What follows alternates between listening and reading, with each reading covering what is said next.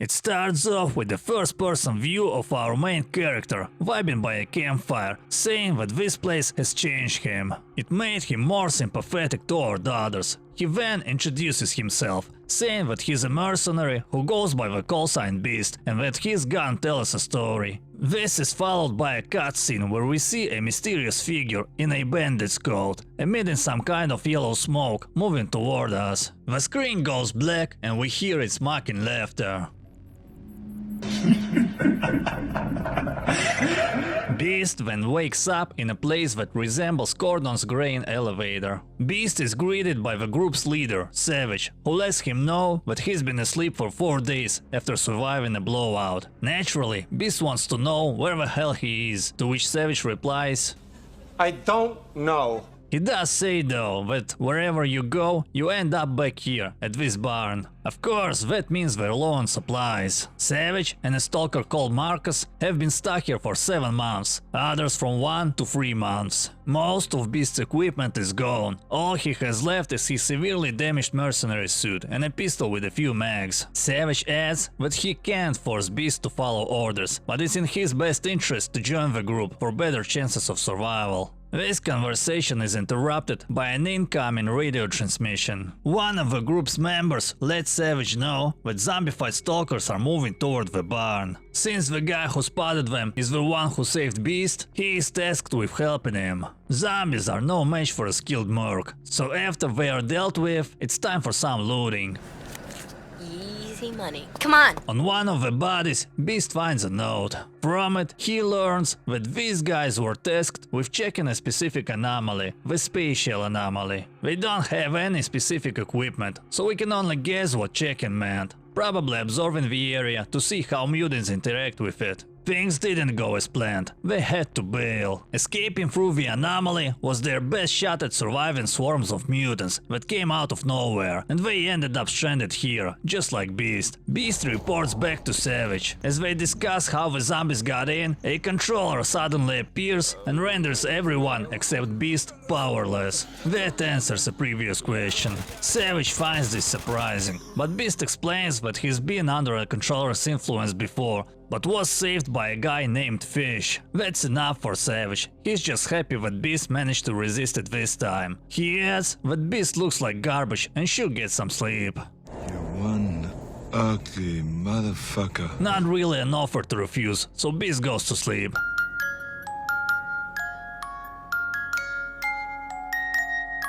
In the morning, Beast doesn't get much time to chill. A helicopter has crash-landed nearby.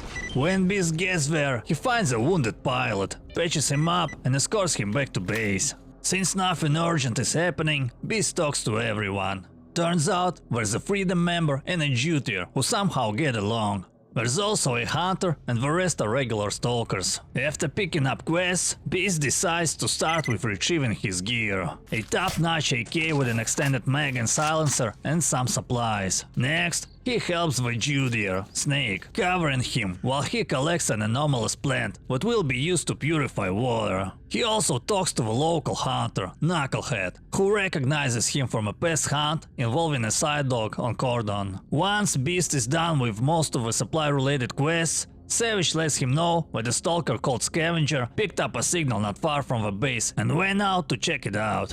That was 2 days ago. He hasn't come back yet. Finding him is crucial, since he was a top provider of supplies. After sweeping the area, Beast decides to get into the teleporter anomaly that wild dogs constantly get into. This turns out to be exactly the place Scavenger ended up in. There's also that figure in a bandit coat again, though this time his PDA is identified, so the game tells us his call sign is Stronglav. It's written in the wrong way, but since in Russian it contains the same letters, I assume they just wrote it back the way it would sound correct when pronounced in Russian, but decided to keep the wrong spelling when translating it back into English. That Stronglav creature emits smoke, laughs like a caricature villain,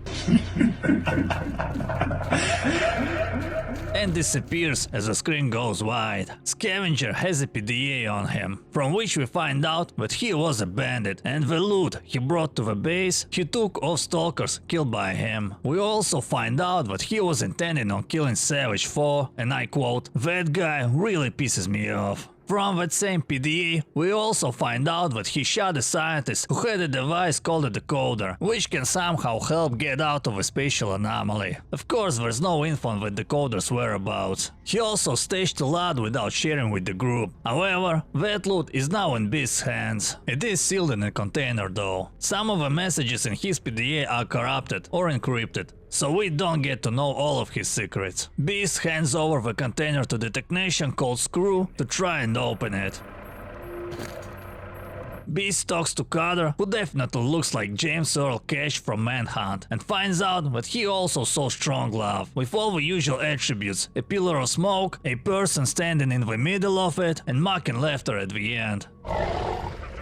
Beast goes to check up on the soldier, who has moved to the basement to avoid being, and I quote, an eyesore up there. He says that the radio transmitter that's been there from the very beginning is fixable, as he has prior experience with such devices. If he gets it working, they could send out a transmission beyond the confines of the anomaly and get help. All he needs is a functioning battery and 2 rolls of copper wire. Before Beast can start working on getting the missing radio parts, he gets contacted by Markus.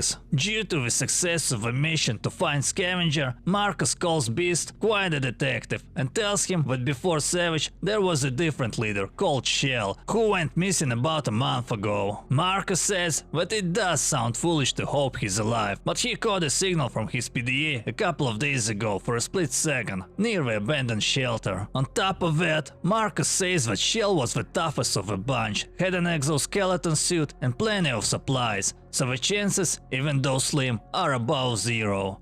Beast agrees to try and find him, and this turns out to be the most Slavic quest ever, because it involves drinking vodka with a ghost. After finishing that bottle, Beast blacks out and wakes up in an underground tunnel, where he finds Zombified Shell. Beast wins a gunfight against him, takes his dog tags and blacks out again. He wakes up in that same abandoned shelter he drank vodka in, but this time there's a guy named Hermit. He tells Beast that the ghost he drank vodka with is a phantom, which are the souls of dead people or animals that appear near the site of their death or their dead body. Even though they are normally harmless, the one Beast ran into was made specifically to lure people into traps. What an asshole! Beast returns to base and reports his findings to Markus, giving him Shell's dog tags. As soon as this conversation ends, Beast receives a distress call from a stalker called Murad, who says he's being chased. Beast goes to check it out. When he gets there, the stalker doesn't trust him at first, since he was chased by mercenaries, and seeing Beast in a merc suit doesn't help, but eventually he trusts Beast enough to follow him back to base. He then tells how he ended up here. Murad was given an assignment by scientists. They wanted him to try out a radio transmitter. The assignment was very simple.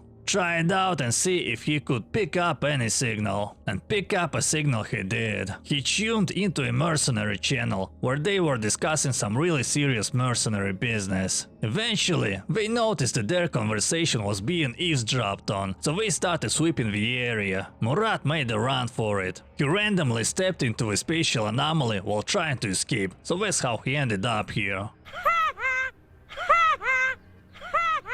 Markus offers to go hunting with him, Sledgehammer and Snake. However, before doing that, Markus needs to go to another area. Okay, the quest is taken, but first, the radio parts need to be delivered anyway. The soldier says he'll need some time to work on the radio, so Beast goes to Snake and they head out hunting. After capping some wildlife, Beast receives a message from Markus, stating that he noticed that they managed the assignment without him. Upon Beast's arrival at the base, Markus is nowhere to be found, so Beast goes to talk to Savage, who pings Markus's PDA and gives Beast the coordinates. Before leaving, Beast talks to the soldier, who has clearly managed to fix the radio and is already picking up all kinds of transmissions, most of them useless, but still. So, with some reassurance from the good news, Beast heads out to find Markus. He ends up at the place where he first spotted Stronglav. Once he approaches it, he gets knocked out. Beast wakes up in a dungeon where he sees Markus, who says that they're still in the same location, just underground. Markus shares that he has also already had some run-ins with Stronglav creature, but once he opened fire, it disappeared with his trademark mocking Lefty. He didn't tell anyone because he didn't want to come off as a nutcase. He adds that there's a ladder that he tried to reach, but there was an invisible force holding him back. The den gets filled with smoke and Stronglav appears, laughing like he had a few joints before coming here.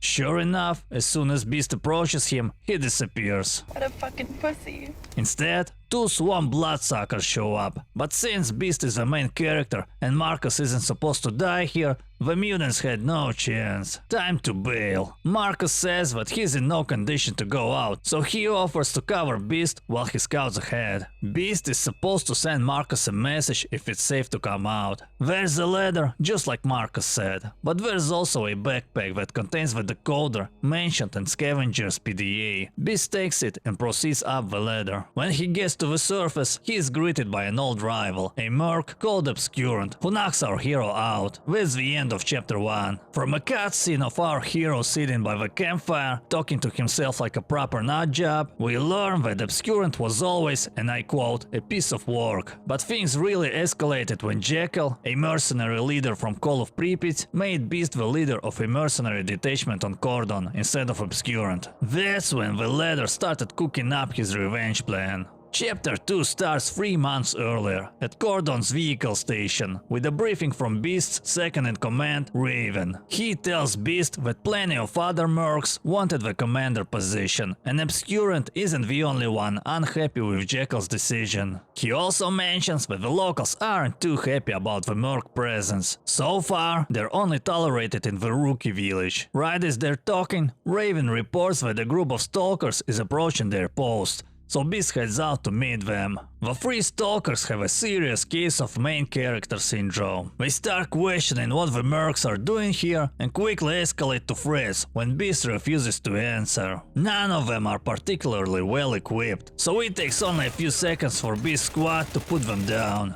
Afterward, Beast tells Raven to deal with the bodies and ask around to see if anyone knows what that was about. He mentions they technically have a contract with Sidorovich, but it's just a cover for something else. With that, they head toward the village. Upon arrival, Wolf informs them that Sidorovich isn't seeing visitors at the moment. Instead, he offers Beast a job. A group of Stalkers went missing after heading over the hill toward one of the outposts. The area is overrun with bandits, and rookie gear won't cut it, which is why Beast is being asked to handle it. When Beast reaches the location, he finds a wounded Stalker. Most of the group has been wiped out, 2 are taken hostage, and he himself was left for dead.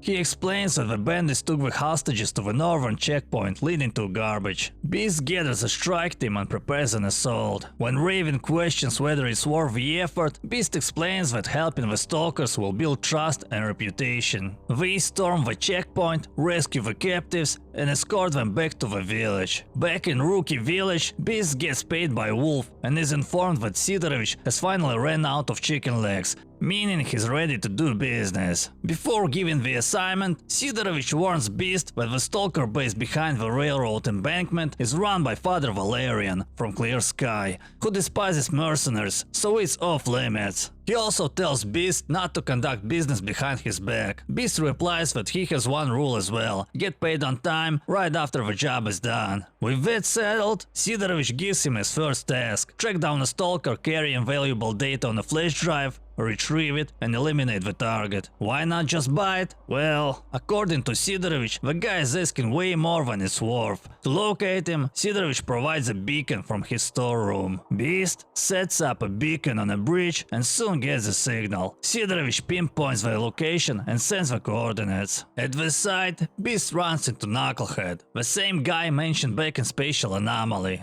Knucklehead explains he's been tracking a side dog all the way from Agroprom. He nearly caught it while it was feeding on a Stalker, but the mutant fled the moment it noticed him. Beast asks if he checked the body. Knucklehead did, nothing useful, except that the side dog apparently swallowed the drive along with the Stalker's leg. They agree to work together. Knucklehead calls dibs on the tail. After taking the creature down, It turns out he was right. The flash drive was inside it. With that, they go their separate ways. On his way back, Beast checks out the grain elevator, because despite being a merc, he is still a stalker at heart and can't resist poking into every corner. There, he's ambushed by an unknown mercenary. After dealing with him, Beast finds a note, instructions from Obscurant. Back at the bunker, Sidorovich pays a generous 10k for the job. For now, he doesn't need merc services, so Beast finally gets a chance to rest, or so he thinks. He's contacted by Zokhan, one of the Stalkers who'd been left for dead by the bandits. Zokhan asks Beast to keep their conversation strictly confidential. He explains that the bandits were acting strangely. Normally, they don't venture that deep into Cordon, which makes him think they were searching for something and his group just got in the way. During the firefight, he saw one of them drop an old notebook. Beast's job is simple: return to the area and see if anything's still there. Beast finds the notebook, which contains coordinates. At the marked location, he discovers a hidden note lying in a gap between large boulders. It's signed by someone named Skull, but no, not the duty colonel from Shadow of Chernobyl. The note says Skull will be waiting in a tunnel under the railroad embankment at night, and that the price stays the same. Sounds interesting. At night, Beast heads out to the tunnel and meets Skull, who turns out to be a bandit. What a... He demands 25,000 rubles, or, and I quote, he'll bust a cap on your ass. Well, you know what they say. Well, wish in one hand, shit in the other one, see which one fills up first. Beast decides bullets are cheaper. After taking him out, Beast finds a case and returns to Zokhan. The case is handed over to a technician, who eventually cracks it open. Inside, there's a flash drive and a folder of documents detailing a large weapons shipment sent to a bandit base about a month ago. Zokhan is very interested, especially after seeing the name Borov, a bandit leader from Shadow of Chernobyl. He offers 33,000 rubles for everything, but admits he doesn't have the money yet. He asks Beast to wait a few days and promises even more. Beast agrees, but casually reminds him that people in debt tend to die in unfortunate ways. A few days later, Zokhan sets up a meeting and pays 33,500 rubles. Deal honored, Beast hands everything over.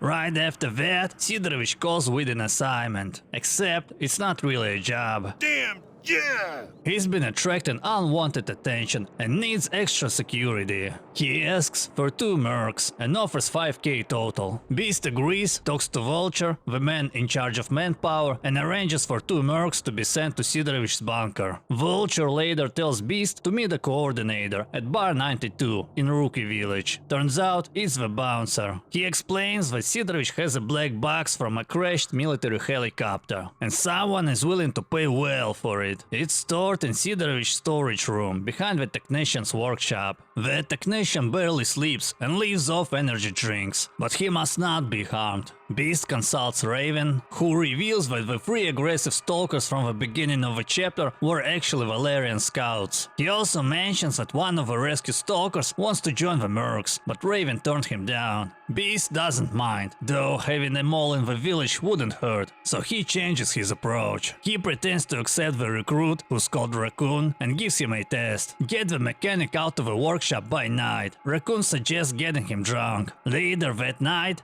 Beast sneaks in while the mechanic is passed out, takes the black box and delivers it to the coordinator. In return, he is told that Jekyll has secured another contract, this time from the military. Beast is instructed to meet the contact and say the password Swordfish. The mission? Eliminate Father Valerian. A full assault is off the table, too much attention. However, Valerian's associate, Belly, is also a valid target, with a bonus attached. Deadline 3 days. Beast sets things in motion. He orders surveillance on the base and manipulates Raccoon into attempting an assassination. Not because it'll work, but to force Valerian to relocate. The plan works. Valerian leaves the base with 4 men, heading toward the Dark Valley tunnel. Since the Merc base is closer, Beast intercepts them easily. After the hit, Beast reports success. The client tells him to wait until morning and meet him at the same spot. Instead of the expected lieutenant, Beast is greeted by Major Haletsky, the real employer. Haletsky explains that Valerian once had him imprisoned, and another Merc, S.T.A.L.K.E.R, helped him escape. This is a reference to Clear Sky. He pays 14k, and they part ways satisfied. Right after that, Sidorovich calls again. With Valerian gone, a new leader, Orest, now runs the base. Sidorovich wants a package delivered. Naturally, that means that Beast has access to the Stalker base near the railroad embankment now. Beast completes the delivery, and Orest mentions that their merchant has a job for him.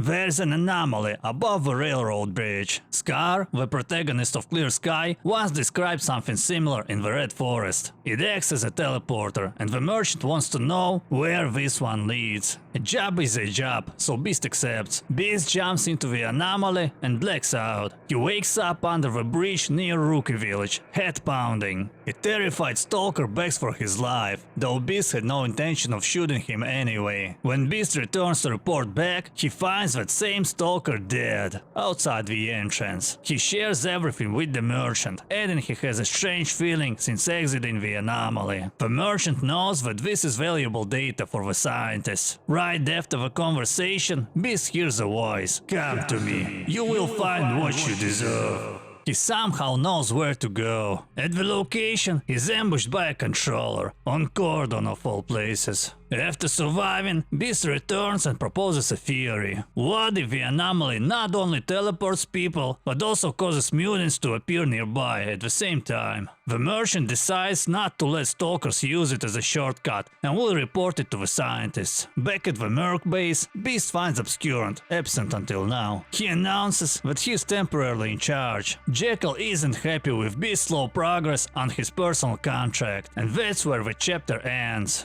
Chapter 3 starts in the best traditions of this mod, with a campfire cutscene where Beast talks about the mysterious personal contract from Jekyll. The contract involved taking care of a guy named Vikhr, a former head of a mercenary group who refused to carry out one of Jekyll's personal orders. Beast had spent several months searching for him, but at the most crucial moment of his pursuit, he ended up in the Spatial Anomaly. The story takes us back to a Spatial Anomaly, where Sledgehammer and Snake, a Freedom and a Duty member from Chapter 1, are being held at gunpoint while Beast talks to a Merc called Hatchet. He's not worried about being stuck in the Spatial Anomaly. On the contrary, they came here deliberately, searching for an artifact called Compass, which they believe is in Beast's possession. He says they have a scanner that can guide them out at any time, also mentioning that he took the one Beast found in Stronglav's lair. Beast tells them he doesn't have a compass. In response, they shoot Sledgehammer, but that doesn't change Beast's answer. So they knock him out and take him to Obscurant for execution.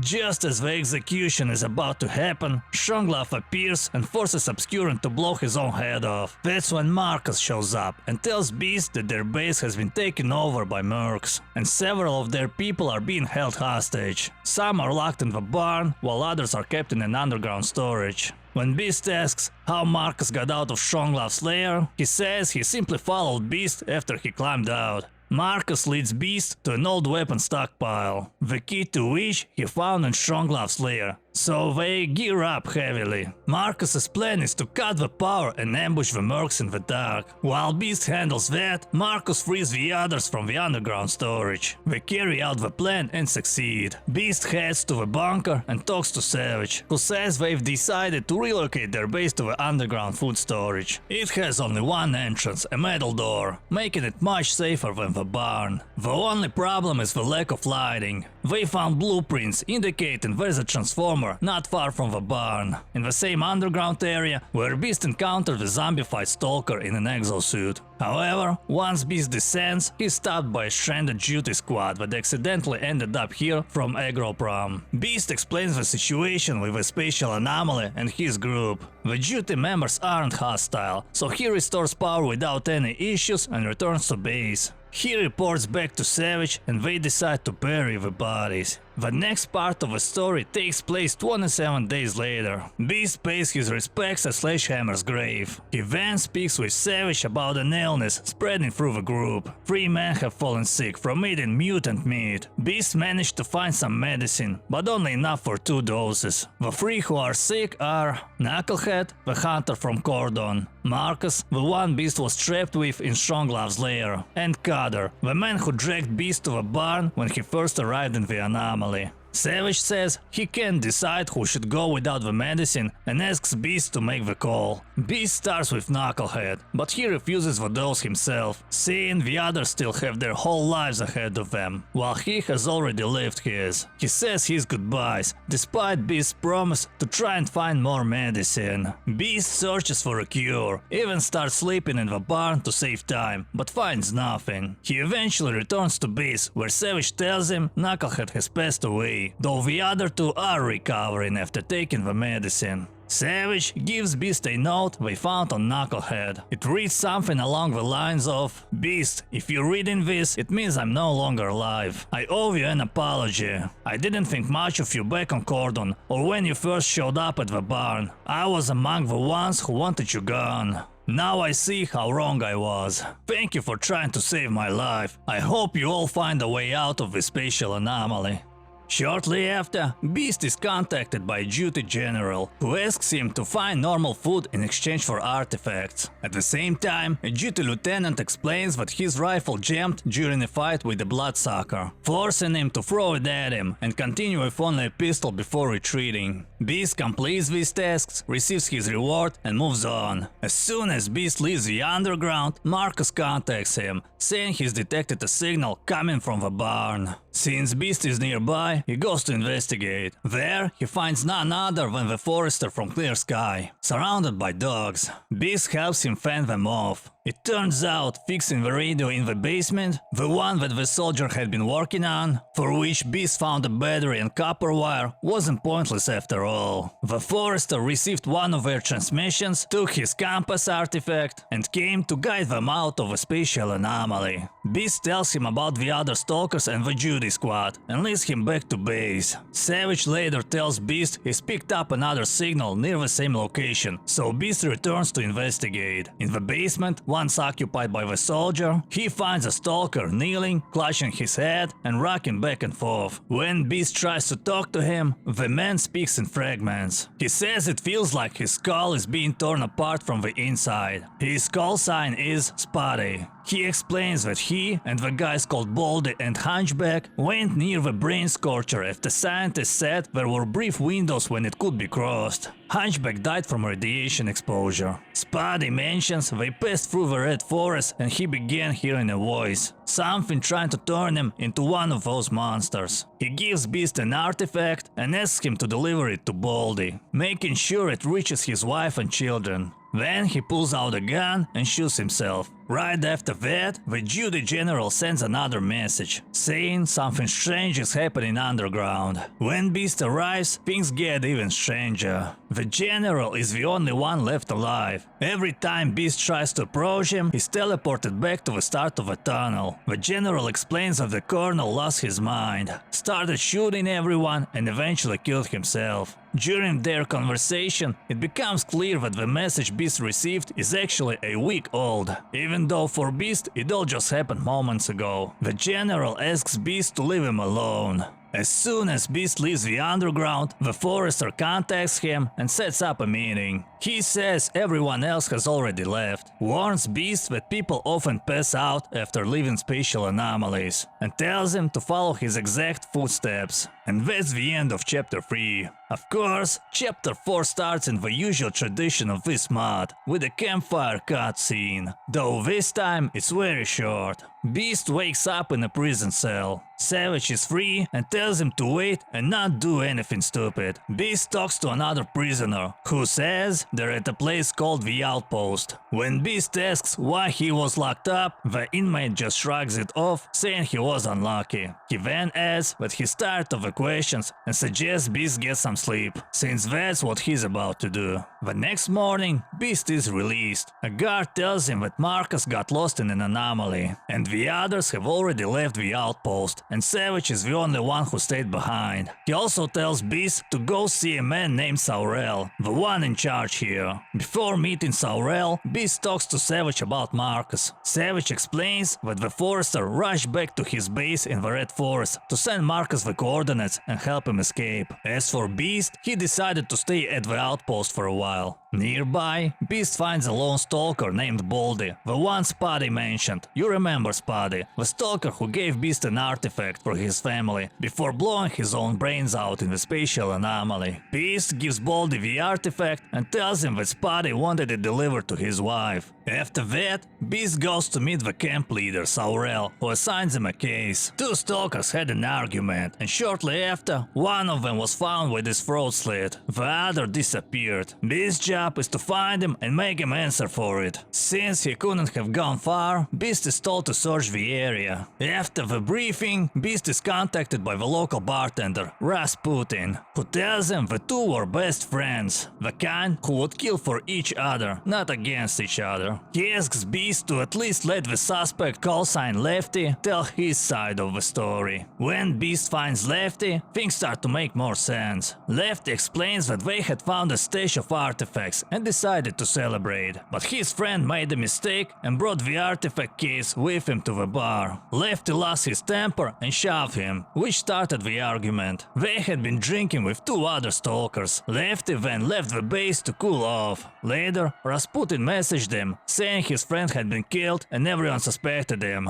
Before he could return, Bandit pinned him down. Something Beast can confirm, having encountered two of them outside the building where Lefty is hiding. Beast tells Lefty to stay put and reports back to S.T.A.L.K.E.R. S.T.A.L.K.E.R says he'll question the others who were present and asks Beast to bring Lefty back. But when Beast returns, Lefty is already dead. The killer left behind the weapon, a very distinctive knife. Beast asks Rasputin about the knife. Rasputin recognizes it immediately. It belongs to a man named Chemist, who'd been nervously searching for it earlier, before suddenly claiming he remembered where he left it and going out to retrieve it. Beast heads to the location and finds Chemist. The man turns aggressive right away, forcing Beast to put him down. S.T.A.L.K.E.R is shocked. Chemist was one of his most trusted men. S.T.A.L.K.E.R rewards Beast. Beast says his goodbyes, assuming they won't meet again, only to find out there's currently no way out of the outpost. One route is blocked by Monolith forces, the other is filled with anomalies, and the only guide capable of navigating it safely is away, escorting a group through the Red Forest. S.T.A.L.K.E.R has another job. They intercepted a hidden radio frequency used by bandits and overheard plans for an attack on the outpost to free their captured comrades. The plan is to ambush them at a farm on the way to the base. 3 attackers would move in directly, one would take a sniper position in an attic, and the rest provide covering fire from abandoned houses. Beast volunteers for the sniper role, drawing on his past experience. When night falls,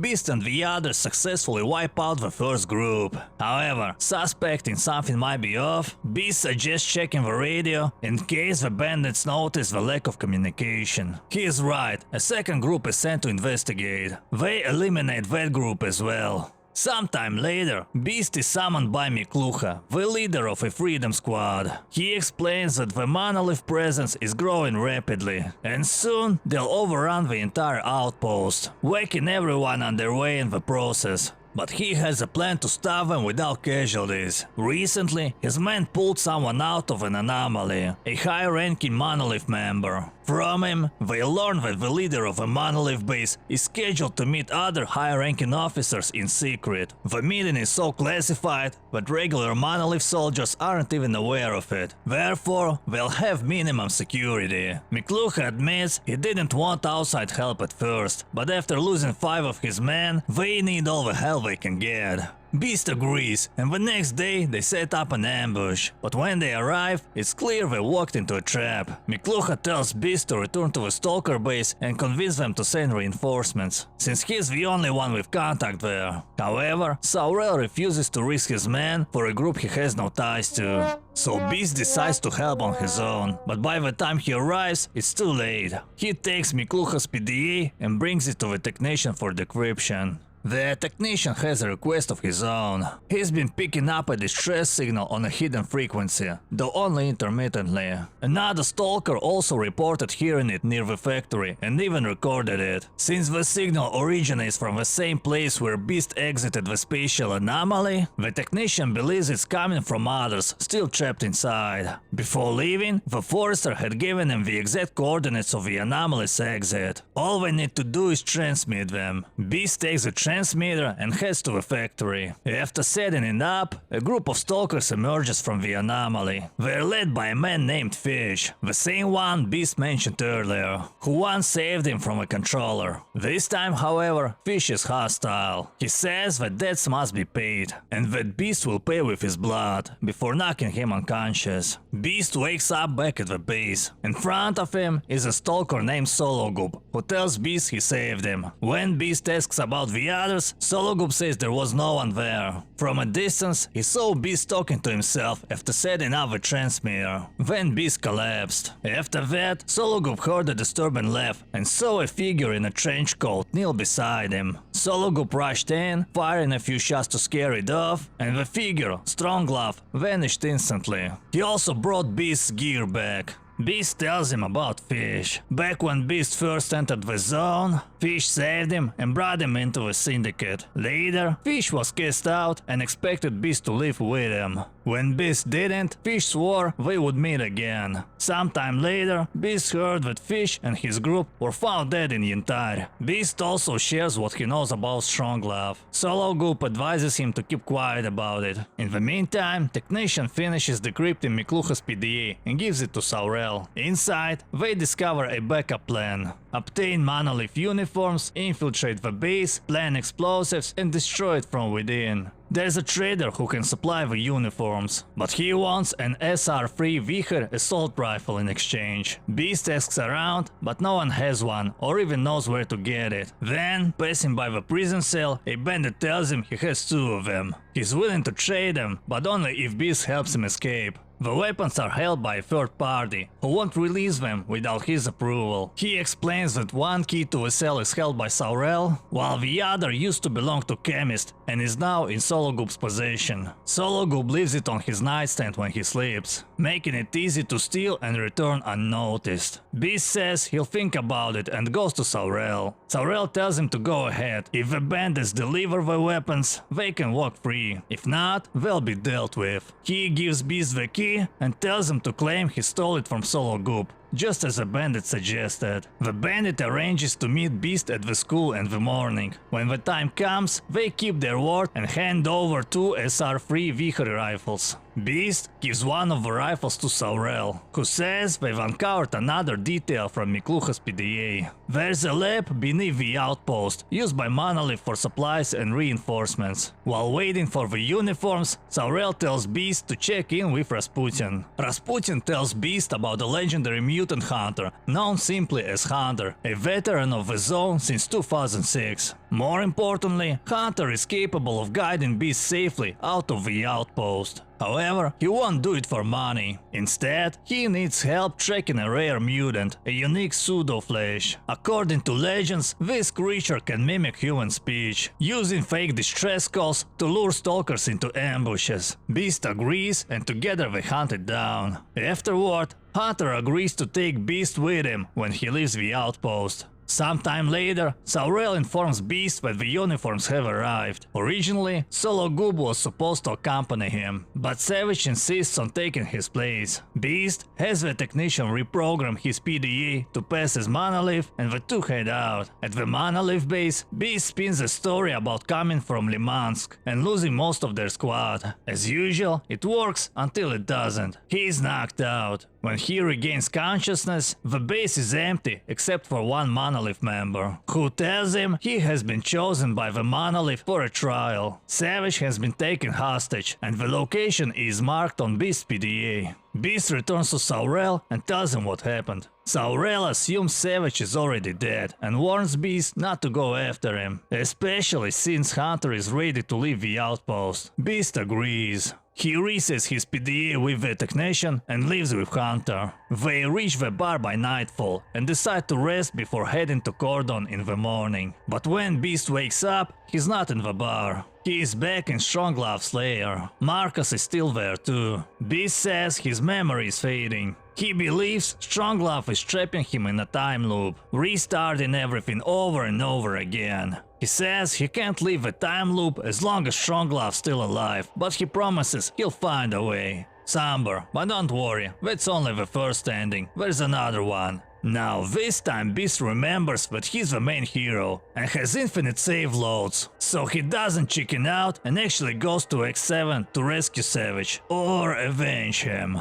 Once Beast descends, he runs into a group of mercs led by Hatchet, the same guy who thought Beast had the compass artifact back in the Spatial Anomaly. They're immediately hostile, so Beast takes them out. He moves deeper into the laboratory, dealing with rodents and then a group of bloodsuckers. He then stumbles upon a ghost, the one he drank vodka with, back in the Spatial Anomaly. The one Hermit called a phantom that lures people into traps. The ghost tells Beast he won't be able to stop Stronglav and should stop resisting. Yeah, not happening. Beast keeps going, descending further into the lower levels of the lab. The place is full of hostile Monolith soldiers and anomalies. Beast pushes forward, going down through elevator shafts where more Monolith fighters are waiting. Eventually, he reaches a large hall with multiple rooms and finds Savage in one of them. Just like Spotty, the stalker who shot himself in the Spatial Anomaly, Savage is losing his mind. He manages to pull himself together for a moment and starts talking. He says Beast shouldn't have come for him.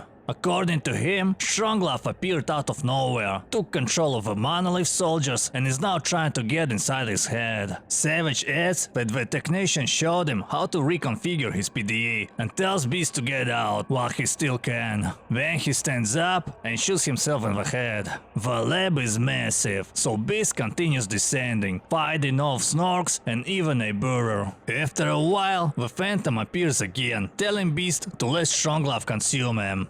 Further down, Beast reaches a long, narrow hallway where he meets Hermit. Hermit says he doesn't have much time left. Stronglav has grown stronger and is trying to take over his mind. He explains that Stronglav has a strong connection to Beast and follows him everywhere. He reminds Beast about the emission on Cordon that struck him and asks if he feels it. That emptiness, like something inside him is missing. When Beast asks how he knows about the emission, Hermit says he's been following him for a long time. He explains that after the emission, a part of Beast's soul broke away, taking his core traits with it. Since then, it has always been with him. But it only managed to manifest after Beast entered the Spatial Anomaly. The anomaly's energy made it stronger, but it still lacks a physical body. Beast asks how to stop it. Hermit tells him that Stronglav wants a physical form, and the only body he can take is Beast. As long as Beast lives, Stronglav will continue to exist. Beast asks why Hermit didn't help them escape the Spatial Anomaly. Hermit answers that Beast had to go down this path. There was no other way. Then he follows the trend of this game and shoots himself in the head. The epic music from Metro Last Light starts playing and the lights in the hallway begin shutting off one by one. Stronglav appears at the far end and slowly walks toward Beast. Step by step he gets closer until he's right in front of him. The screen goes black, a gunshot echoes.